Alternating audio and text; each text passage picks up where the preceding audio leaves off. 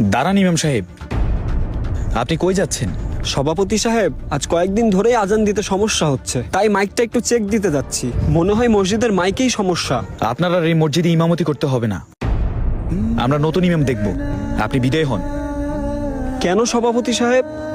কি দোষ আমার যে আমাকে ইমামতি করতে আপনি দিবেন না? যে ইমাম সাহেব সভাপতি সেক্রেটারি রিজিকে হাত দেয়, সেই ইমাম তো আমার মসজিদে ইমামতি করতে পারে না। আস্তাগফিরুল্লাহ, কি বলতেছেন সভাপতি সাহেব? রিজিক দেওয়া এবং নেওয়ার মালিক তো একমাত্র আল্লাহ। আমি কিভাবে আরেকজনের রিজিক নিয়ে নিব? সভাপতি, আমি তো আপনার কোনো কথাই বুঝতেছি না। ও, আপনি এখন কিচ্ছু বুঝেন না, না? হ্যাঁ, সাদা দুধ ভাত খান আপনি? হ্যাঁ, আপনি কিচ্ছু বুঝেন না।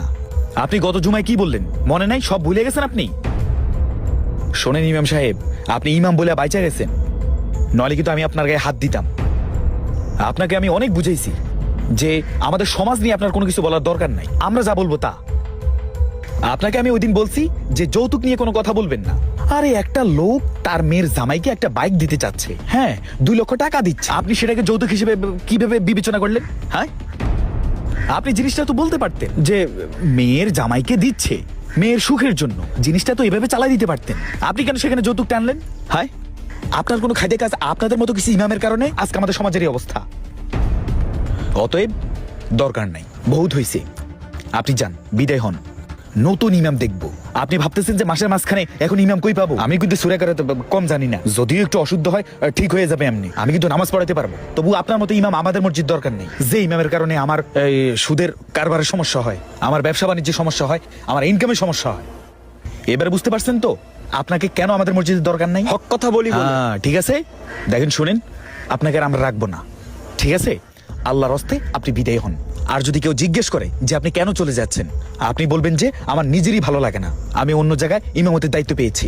দেখেন সভাপতি সাহেব, আমি কুরআন হাদিসের বাইরে কোনো কথা বলিনি, যেটা আছে আমি সেটাই বলছি। আমার চাকরি চলে গেলে যাক, আমি চাকরির ভয় করি না। আল্লাহ আমার রিজিক যেখানেই হোক কোথাও না কোথাও রেখেছেন। আমি এক আল্লাহকে ভয় করি, আমি চাকরিকে ভয় করি না। ও হইছে, চাকরির ভয় করে না, যান গিয়ে আপনি অন্য জায়গায় চাকরি করেন গিয়ে। আপনার মতো ইমাম আমার মসজিদ দরকার নেই। আর এইসব কথা যদি অন্য মসজিদে গিয়ে বলেন, আপনারা তো আমি ছাইড়া দিছি, অন্য কেউ হইলে এতক্ষণে গায়ে হাত দিত, ঠিক আছে? আর এইসব যৌতুকের কোনো বয়ান ওয়াজ মাহফিলে করেন না। জুমার ইমাম যদি অন্য জায়গায় হইতেন হয়তো আপনার গায়ে হাত দিত। আমি ভালো মানুষ দেখে আপনারা ছাইড়া দিছি। যেখানের যে নিয়ম সেখানের ওই নিয়ম মাইনা চলবেন। যৌতুক, সুদ, ঘুষ এগুলো নিয়ে কথা বলেন কেন মিয়া?